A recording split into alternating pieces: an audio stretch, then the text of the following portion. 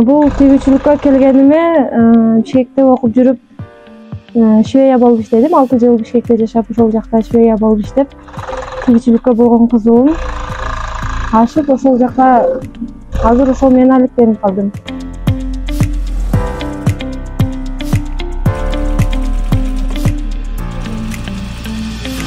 Ушул ишимди эмнеге айылга ачсам болбойт, эмнеге айылда эле ушул чеберчилик кылсам болбойт деп, анан айылга келип эле ушул чеберчилик менен алектендим. Анан биринчи жолу 2 машинка менен баштап, айылдагы эле айымдардын көйнөктөрүн тигип баштадык, жеке заказ менен эле.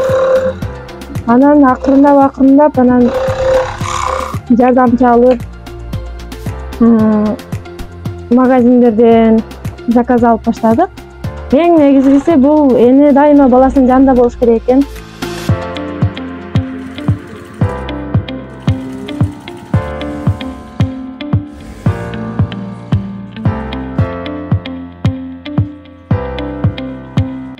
Азыркы учурда бизде чапандар тигилет, анан камзурлар тигилет. Азыр сезонго байланыштуу.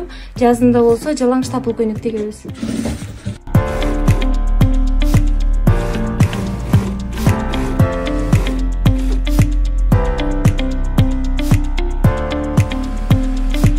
Промдун жаңырайышын долбоорго катыштык. Ал жактан грант утуп, азыркы учурда 2 машинка иштеп жатат азыркы учурда. Анан промдон 2 этап менен болгон. Биринчи этапта 120 миң сомдук грант алганбыз. Экинчи этапта 320 миң грант алдык.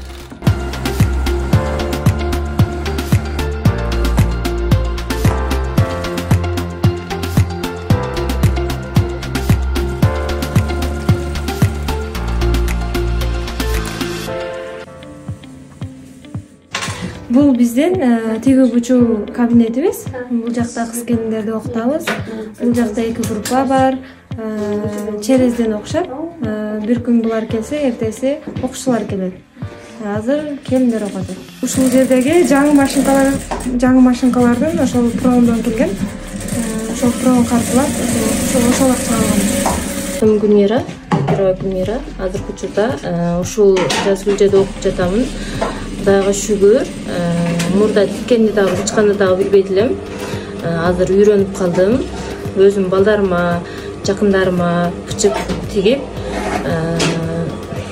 Кудайым буйрса мындан кийин дагы өзүм үчүн жеке ишкер болуп дагы чыксам болот эми. Кудайым буйрса аракетти күчтүү.